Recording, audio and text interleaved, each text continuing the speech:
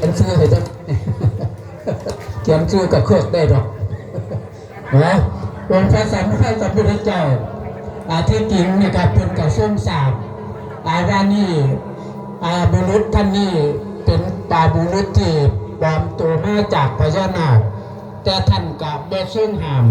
เนื่องจากว่าท่านรับรู้ด้วยจิตของท่านว่าถ้ามีอย่างเกิดขึ้นก็จะแก้ไขปัญหาในภายภาคหน้าก็เลยทรงอนุญาตได้ให้บุรุษผู้ที่ปลอมร่างมาจากพญานาคนี่ได้บวชเป็นพระภิกษุนะครับในขณะเดียวกันหลังจากที่ได้บวชขอพระนะครับในตรงนั้นด้วยที่ฤทธิ์พิเศษของพญานาคนะครับกับสามารถว่าพระสัมมาสัมพุทธเจ้าเป็นบวชให้อยู่มามือหนึ่งนะครับอยู่มามือหนึ่งขณะที่พญานาคตนที่ปลอมเป็นคนเนี่ยมาบวชกับพระสัมมาสัมพุทธเจ้าก็เข้าไปพักในช่วงกลางวันในมือหนึ่งอยู่ที่กุฏิสุดท้ายเพราะว่าการรู้ตัวท่านเองว่าย่านในบางเทือบางที่ย่านเผือไผออกมาในขาบที่เป็นจริงไม่ได้ดังนั้นแล้วพญานาคตัวนั้นนะครับก็เลยได้เผือหลับไปในช่วงกลางวันนะครับพอดีพระภิกษุสงฆ์ที่อยู่ใกล้ๆกันก็เลยได้เข้าไปเห็นนะครับก็เลยได้เข้าไปเห็นของตัวนั้น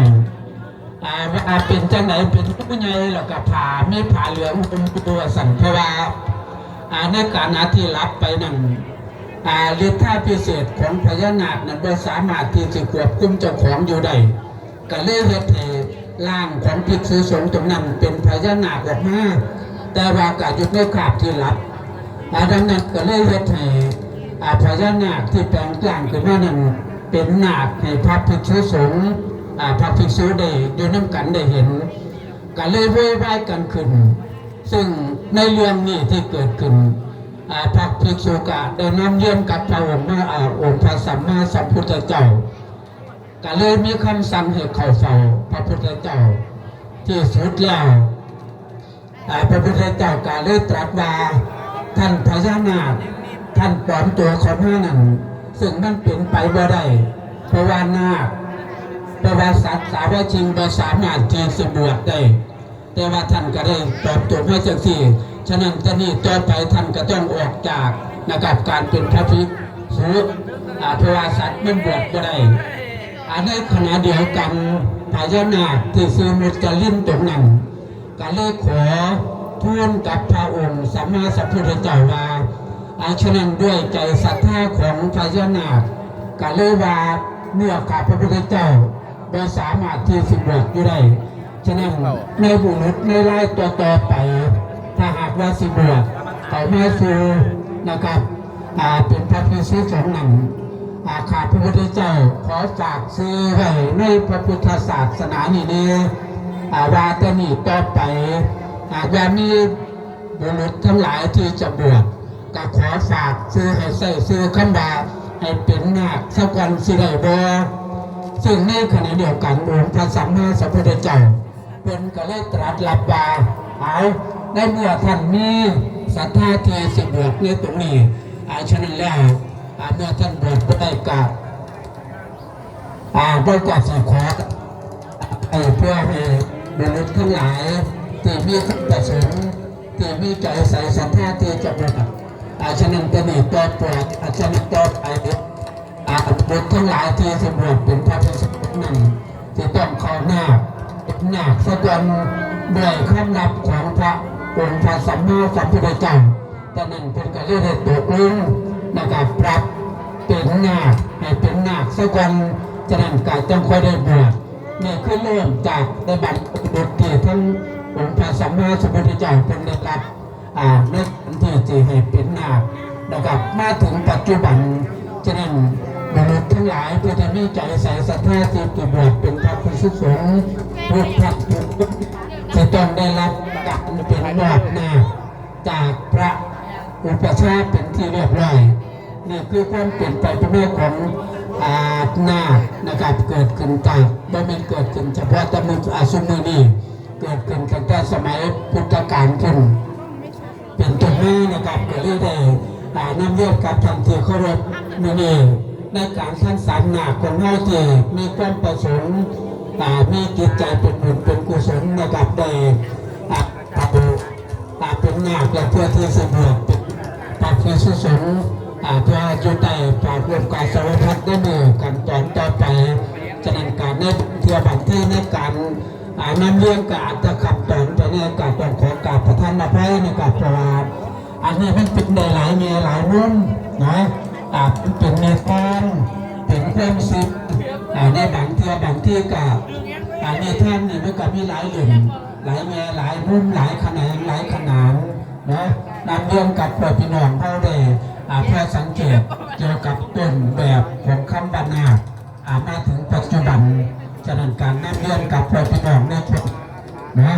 คุณพ่อคุณแม่เขาก็อยู่ในช่วงที่กำลังปลูกหนักแบบฉะนั้นกับเด้อคุณพ่อคุณแม่เขาทำพิธียังบัทันเลยยังบัทันปลูกหนักจากขอเชิญนะครับในช่วงนี้นะซึ่งกับนี่จะเป็นแนวทางหนึ่งหลักนะที่พี่น้องเขามีความเชื่อนะครับที่พี่น้องเขามีความเชื่อฉะนั้นกับทุกท่านทุกคนนะครับหลายท่านหลายคนที่ผมกับเอาเพราะเป็นพิษกับเป็นพิษไม่บททานแสดงบุญแต่ใจนะไม่ก็ที่บททานโอ้พี่น้องท่านเขาสนิทยังเป็นแม่ว่ามาถึงเอาขอเชิญนะครับขอเชิญพอดีเปลี่ยนไม่ตัวไม่แล้วเอาดังดีแล้วล่ะปฏิทินน้อยเอาใส่ละผู้ชายสักดิ์สิทธิ์แล้วกินข้าวแล้วไปมาเจียมซื้อซอยเนี่ยทั้งนี่ผู้ชายกุหลาบก็ได้ขั้นแล้วล่ะพี่น้องมาหลายอยู่บัดที่นี่นะท่านแล้วไปเขากันบ่แล้วกับบทเป็นอย่างเดียวทั้งนี้ก็ได้ต้องหาตัวซอยมาผู้ชายศักดิ์สิทธิ์นี่ล่ะมาใส่กันอยู่ในช่วงที่กำลังฝนหนาบอกมาแต่ละท่านแต่ละคนแก่งและนะครับนี่จะเป็นพี่น้องโอ้กับเป็นยาหนักเนาะนักครบมันบอกโอ้กับหยาดทำอย่างก่อนคอยชนกวางไก่เนี่ยกับแม่สายเป็นเรื่องปกตินะขอบคุณแม่หมอนนั่นทำไมนะแม่หมอนมานำ3 ลูกคือกันสาธุนะทุกท่านทุกคนรวมทำบุญรวมผมหนักตัวได้ไหมเด้อขอแถวตรงนี้เลยผมหนักตัวนะแถวนะครับเชิญเลยพอดีญาติผู้รักผู้ใหญ่มาจากทางใดก็รวมด้วยช่วยกันเข้าแถวขอบคุณนะครับทุกท่านทุกคนที่บริเว